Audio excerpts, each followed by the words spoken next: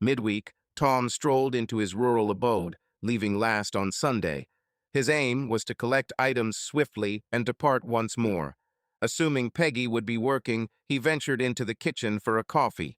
Upon finding handcuffs, duct tape, a discarded towel, a video camera, an overturned chair, and his broken choice of refreshment being a Diet Coke instead of coffee, Tom felt uneasy. Peggy stormed in, demanding angrily, "Where the hell have you been?"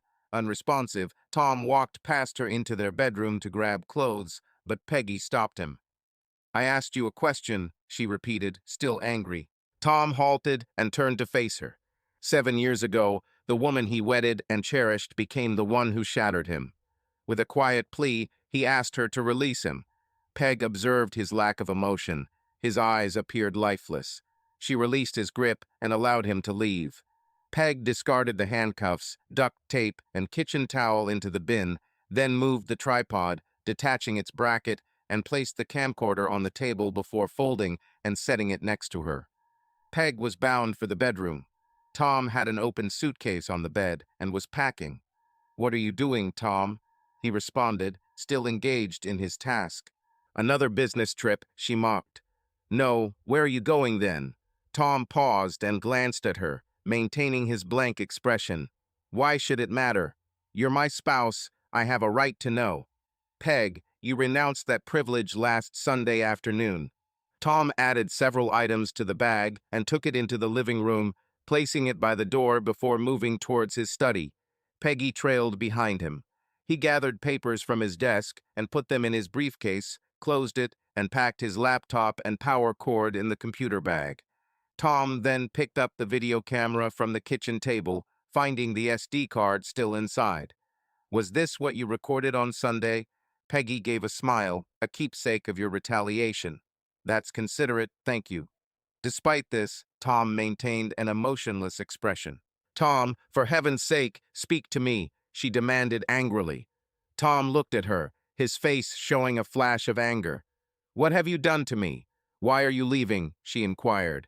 "Peggy, take a seat at the table with me." Tom opened his computer bag and placed the laptop on the table, sitting down himself before inviting Peggy to sit next to him. Once seated, he slid the SD card into the slot. "Let's examine this first, then we can discuss it." The recording began, displaying a chair moved from the kitchen table on one side and an empty table on the other. "Welcome home, dear." A beckoning invitation led into the kitchen as Tom, grinning, made an appearance. Peggy emerged, adorned in a slender robe, her hair and makeup pristine, barefoot feet revealing. In her hand, she held handcuffs, her expression holding a secret delight. She instructed Tom to sit in the chair, where he complied, still smiling. Peggy moved behind the chair, crouching down to fasten the cuffs around him. Her robe gaped open, unveiling nothing beneath. She encased one wrist in the cuff, looped the chain through the chair's back, then secured the other wrist. Peggy exited the frame momentarily before returning to cover Tom's mouth with a strip of duct tape. Despite the covering, his grin remained evident. With a flourish, she discarded her robe to the ground. The sight that greeted Tom brought a wide-eyed delight to his expression. "Are you prepared for the surprise?" she questioned with a grin. Tom affirmed. "We're all set here," she declared. A short while later, the sound of footsteps approaching was heard. Tom rotated his head at the noise. A man entered the room wearing Tom's robe. Shock replaced Tom's smile when he saw the individual. "Honey, don't you recall Joey from my workplace?" Peggy moved towards Joey and undid the belt of the robe, discarding it into Tom's lap before pulling it off his shoulders. Beneath the robe, Joey was naked. Tom halted the video and stared at Peggy. "Why? You are aware of the reasons." "Peggy, I'm unclear about what you're referring to." Tom kept his composure. "Prior to our marriage, didn't I inform you that if you ever betrayed me, I would sleep with someone in retaliation and do it right before your eyes? Don't you remember that? Is this the purpose behind all of this? This is your recompense." She claimed indifference, yet it was clear there was more beneath the surface. "Did you betray me? Is that what you're insinuating?" "Let me clarify, I did not. You were the one who strayed. But since we're airing grievances, when have I ever cheated on you, Peggy? You can't play this game with me. You know full well when, where, and with whom.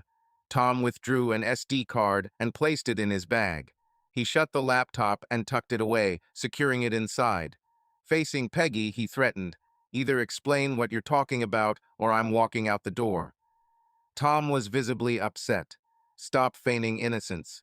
It was during that supposed work trip last week that Jerry's wife, Jill, contacted me.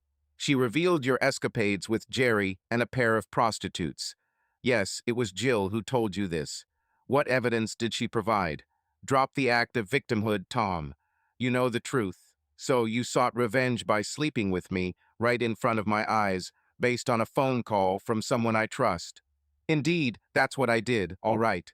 Based solely on her word, no tangible evidence required. I didn't need any. I knew it was true. Peg, you restrained me and slept with another man while I watched.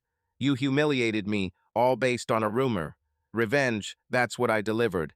Tom tilted his head, still perplexed. "You didn't explain why. You didn't discuss it with me. You judged me as guilty and deserving of punishment without any proof at all. Yes, so now we're on equal terms, right? Yeah, even. It doesn't matter now, but there are a few things I'd like to clarify." "Proceed, I'm listening." "I was speaking at a conference last week. Jerry wasn't present. He was dismissed from the band 2 months ago for having an affair with an office receptionist, and since then, I haven't seen or heard from him. I spoke on stage during the entire conference from 7 in the morning to 10 at night every day. The entire week was recorded. After the sessions, our group met daily until midnight to deliberate and plan for the next day. Multiple individuals can vouch for my location during that period. I remained at the hotel until departing for the airport following the event. Yet, you persist in denying it entirely. I find that hard to believe. After all, I possess concrete evidence of where I was and what I was doing throughout, which seems more credible than a phone call from someone who wasn't present. Frankly, your argument appears weak, but I choose to believe her. What one believes does not equate to truth. I once thought myself wedded to the most wonderful, caring woman in existence. However, what emerged on Sunday was that I am married to a fundamentally flawed and malicious individual who holds me in such low regard that she has caused both physical and emotional humiliation without any substantial evidence of misconduct." Peggy made no reply. "I'm departing now. Expect communication from my lawyer within the coming days. I have no intention of divorcing you. That was the purpose of this ordeal. Now we are on equal terms. Peggy, I did not betray you. Didn't you pay attention? I am not ignorant. Clearly, I listened. Are you still convinced your actions were righteous? I am too. Consequently, there's nothing left to debate. Go ahead and contact Jill to ascertain the evidence she possessed. I'm curious about it. Truth be told, it isn't crucial at this moment." Without further ado, Tom departed from the house. He headed to his hotel room, where he copied the video onto 3 DVDs. Prior to this, Tom had scheduled a meeting with his attorney and made his way there, where the divorce proceedings commenced. The grounds for filing would be infidelity. He handed over a copy of the DVD to his attorney. Given the prenuptial agreement, the evidence on the DVD would substantiate it. Upon filing the documents, Tom personally delivered them to Peggy. His lawyer suggested immediate attention to certain financial matters, which Tom promptly addressed post-consultation. Tom then set his phone to silent and reviewed messages when he arrived at his hotel room. 5 minutes post his departure, Peggy's initial call arrived. A silence spanned for approximately 2 hours afterwards. Subsequent calls arrived about every 5 minutes or so. He only listened to the first voice message that followed the 2-hour gap. "My God, Tom, I finally managed to reach Jill. She was drunk. Please call me. I made a mistake. Please call me." Tom erased all her calls, voicemails, and subsequently deleted her text messages and emails without listening.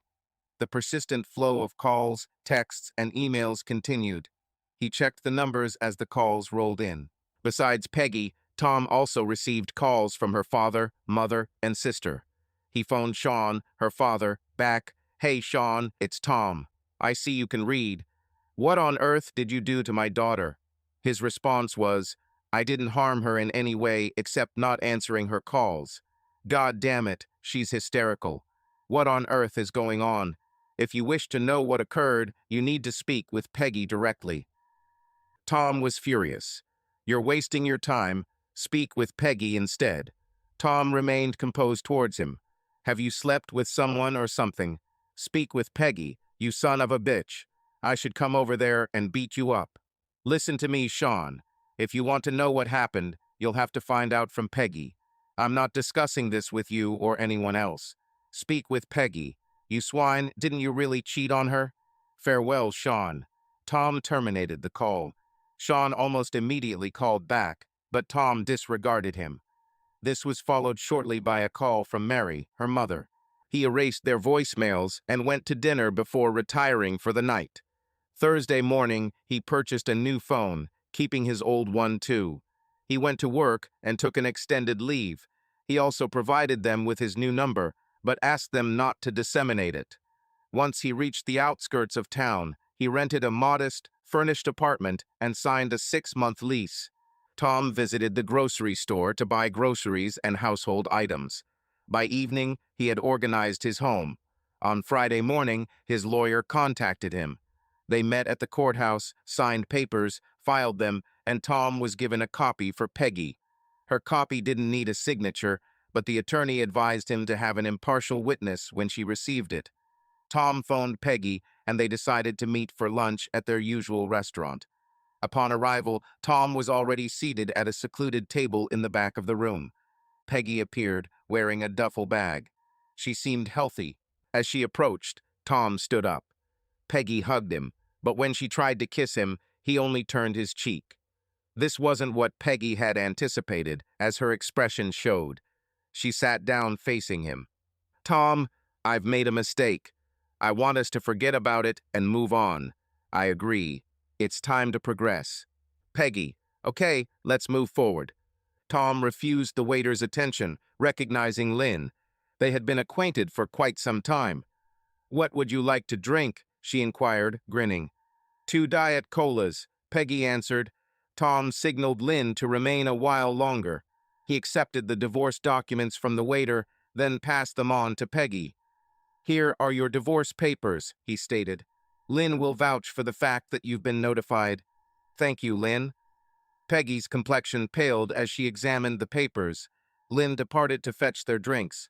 Tom, you had expressed a desire to put this matter behind us and move forward. That is precisely what I am doing. I am progressing. But Tom, I erred. That wasn't my intention. Peggy, we have been married for more than 7 years. Until last Sunday, they were the best years of my life. I loved you as no one else and probably never will again. Don't discard that, Tom. We have a wonderful marriage. It isn't. Last Sunday, you destroyed our marriage and my love. I made a mistake. Can't you see that? I'll describe what I perceive when I gaze at you or imagine in my mind. I see the woman I cherished. I see her, on the table before me, being intimate with him, boasting about how much she enjoys it and how he surpasses me in that aspect. That's what I see now, Peggy, not the woman I valued. You took her away that day. But Tom, it was all an accident. No, it was premeditated. The motive behind your actions was a mistake, not the act itself. I warned you that if you were unfaithful, I would retaliate by having sex in front of you. You were aware of the consequences and even consented to it. Yes, I did it, knowing it might never transpire. What did I say would happen if you were unfaithful? Peggy cast her eyes down to the table. You said you'd divorce me. Did we agree on that? Yes, but I didn't stray from our relationship. Tom extended a DVD towards her. This is for you, he said. It's a recording of your not cheating encounter with Joey. Tom, it wasn't infidelity, it was retaliation. Lynn reappeared with our drinks and took our lunch orders. Tom, extramarital relations are deemed adultery, and unless consented to by both parties, it is considered infidelity. We can resolve this issue. Peggy, let's seek counseling. I'm afraid not, Peg. You revealed the side of you that destroyed the woman I cherish. You didn't kill her physically, but emotionally, just as surely. I do not desire a divorce. I will fight you. On Sunday, you displayed another aspect of yourself. I too have hidden facets. You choose not to acknowledge them. What aspects? The ones where I retaliate with equal ruthlessness, apathy, and malice, just as you did on Sunday. I will not use a mistake as an excuse. I will accept full responsibility for my actions. That's not your character, and you are aware of that. This is amusing. I too was contemplating the same about you. Curses, Tom, this was an error. No, it was a calculated act of retribution. What did you tell your parents? I informed them we had a disagreement and promised to resolve it. What was the argument about? Peggy remained silent while gazing at the table. What was she hiding? You disclosed our affair to them. You never told them the truth. Why didn't you? They wouldn't comprehend. Understand what? They wouldn't grasp it was a mistake. Perhaps I'm starting to understand now. Tom, I recognize what I did to you was wrong. It was more about judgment than fact. I know I caused you great pain, but we can move past this. We can rebuild our marriage. We can leave this incident in the past. Fine, we'll leave our marriage behind. The woman I once loved no longer exists. I will resist every attempt to save it. I'm preserving our marriage. There's nothing left to preserve. It's over. Don't force me to reveal my true self. You won't approve of it. You're bluffing. Stop pushing, Peggy. Hire a lawyer. Request them to review the petition. Ask them to contact my lawyer if you have any queries. In 3 months, you will be single and can have all the Joey you want. This has nothing to do with Joey. I apologize for my rudeness. I'm sorry. I'm not abandoning you. You've received it, and the agreement seems fair. Still, I refuse. Lynn delivered them food. Tom handed her his credit card. She soon returned with a check for his signature. Tom signed it before standing up. He hadn't touched his meal yet. Enjoy your dinner, Peggy. My appetite vanished last Sunday when you spat on me. Afterward, Tom departed to his home. On Tuesday, Peggy consulted her attorney for the first time. A friend recommended hard case she was. Take a seat, Mrs. Givens. I'm Ronnie Savage. How may I assist you? Your spouse is attempting to divorce you. Has he served you with documents? She inquired. Last Friday, could I see those papers? Peggy presented them to her. Ronnie examined the initial page. He's charging adultery. Is this accurate? No, it was an error. You were intimate with someone other than your spouse? Yes, but it was a mistake. Did your spouse permit you to be intimate with another person? Mrs. Givens, it appears that you engaged in revenge sex under false assumptions of your husband's infidelity. Your friend told you he was unfaithful, but it turned out to be incorrect. You confirmed this by handcuffing him and making him watch as you had sex with another man. Now you possess a video recording of the event. Peggy nodded when asked if I could watch the DVD. After just a few minutes of viewing, Ronnie paused it. Although I need to finish watching it later, I decided to focus on the petition first. She started reading it, and after a short while, flipped through some pages before looking up. It appeared that a prenuptial agreement had been signed, and at first glance, it seemed solid in terms of adultery. If the complaint's language was changed to irreconcilable differences, we could bypass that section. Ronnie suggested this might be challenging. Despite the prenup, my partner is offering me a significantly higher settlement than required by law. Without a prenup, I would likely receive a much larger cash payment. However, I don't desire a cash payout or a divorce. I want my spouse back. Yes, I had told him that. Contested divorces can be expensive for all parties involved. Ronnie suggested counseling could help, and it wouldn't hurt to try. We're set then. Let's pursue counseling and inform him that should he resist, we'll persist in our efforts for all we hold dear. Got any incriminating evidence on your spouse? You're referring to criminal activities, correct? None at all. He's as innocent as they come. Has he ever physically or verbally abused you? Never. I'll meticulously examine the documents. Watch the recording and get back to you soon. Does he possess a copy of that video? Yes, Peggy confirmed. It was on a Wednesday when Ronnie contacted her. Mrs. Givens, your case is quite strong. The video you recorded is highly damaging, and you wouldn't want any judge to view it. Let's proceed with our previous plan. We'll initiate 6 weeks of family counseling. I'm willing to go to great lengths to get my husband back." 2 days later, Tom's attorney contacted him and requested a meeting. He visited the office that same afternoon. "Tom, they've suggested 6 weeks of couples therapy. What if I decline? They'll do everything in their power to challenge us." "I refuse." "Do you think she made the right decision? She chose to employ Ronnie Savage. He's top-notch, surpassing many others, perhaps even you. Are you prepared for a confrontation? I'll use my teeth and claws if necessary. In that case, let's simply say no and observe the outcome. Keep me informed." That night, Tom phoned Peggy. "Peggy, I've abandoned therapy. As I warned you, if we argue about this, you'll witness a side of me that will displease you. Why are you acting like this? Just halt this absurd divorce and return home." "Peg, that won't transpire. This is your final opportunity to escape lightly. I won't contact you again. I'm battling you, Tom. I don't desire a divorce. Have it your way." Tom ended the call. The following Monday, Peggy filed a counterclaim. The reasons were irreconcilable differences. She demanded everything. 2 days later, documents accusing relationship misconduct between two married teachers at the local school, Peggy Givens and Joseph Carr, were served to the school board and the institution where Peggy worked. Images depicting an intimate encounter between two individuals were enclosed with the delivery. This prompted a swift emergency school board meeting, resulting in the termination of both parties on the same day. On the same day, Joey's spouse received a DVD via mail, containing visual evidence and contact details of those involved. After viewing the video, she reached out to Tom. "Hello, this is Tom Givens. This is Tammy Carr, Joey's wife. Did you send me that DVD?" Tom responded. "Yes, ma'am, I apologize, but I believed you had a right to know." "When was it recorded?" "A week ago, on Sunday, at my house." "Is that you in the chair?" "Yes, and the video is genuine, without any edits."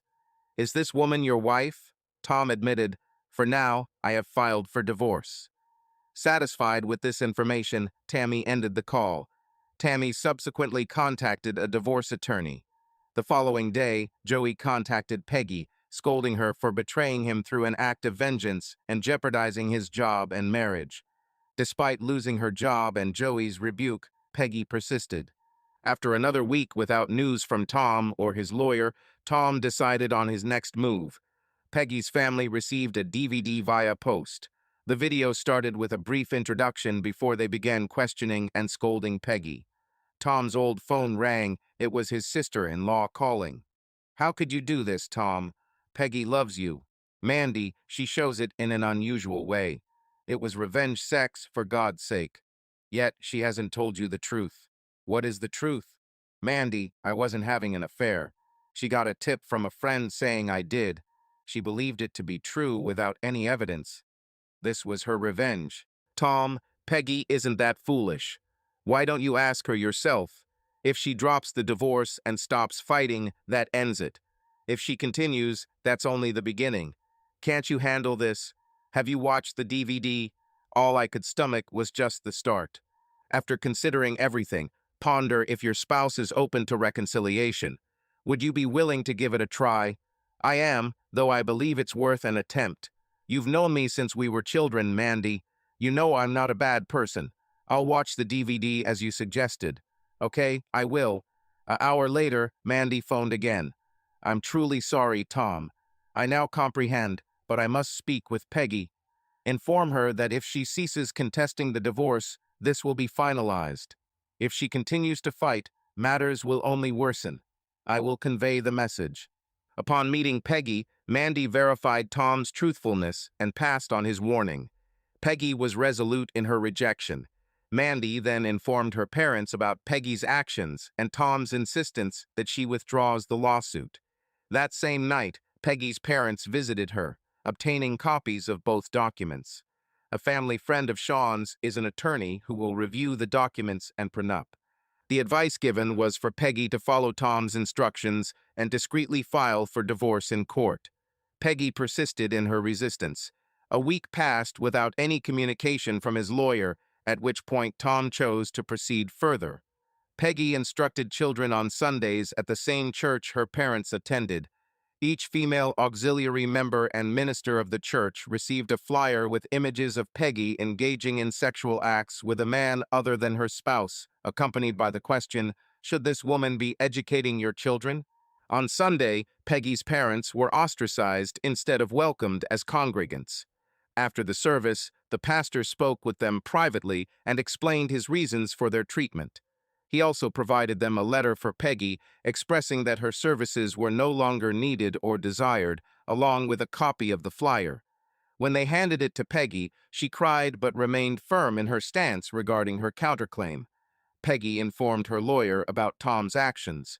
Sharing the family matter wasn't illegal, as demonstrated in the DVD where Peggy explicitly told Tom that she created it for him. Given it was his property, he had the liberty to disseminate it among any adult.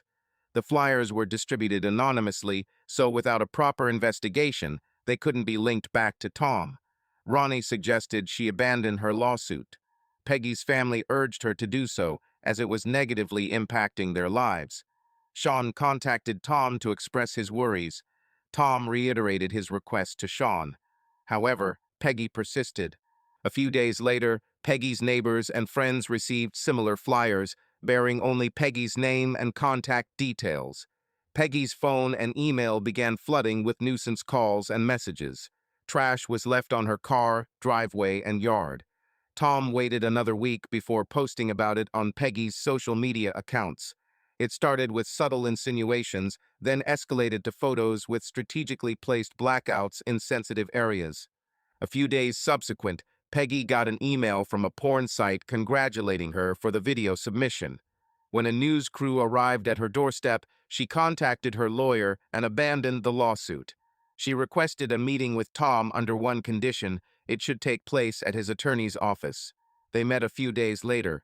Peggy appeared drastically altered, with weight loss and signs of sleep deprivation.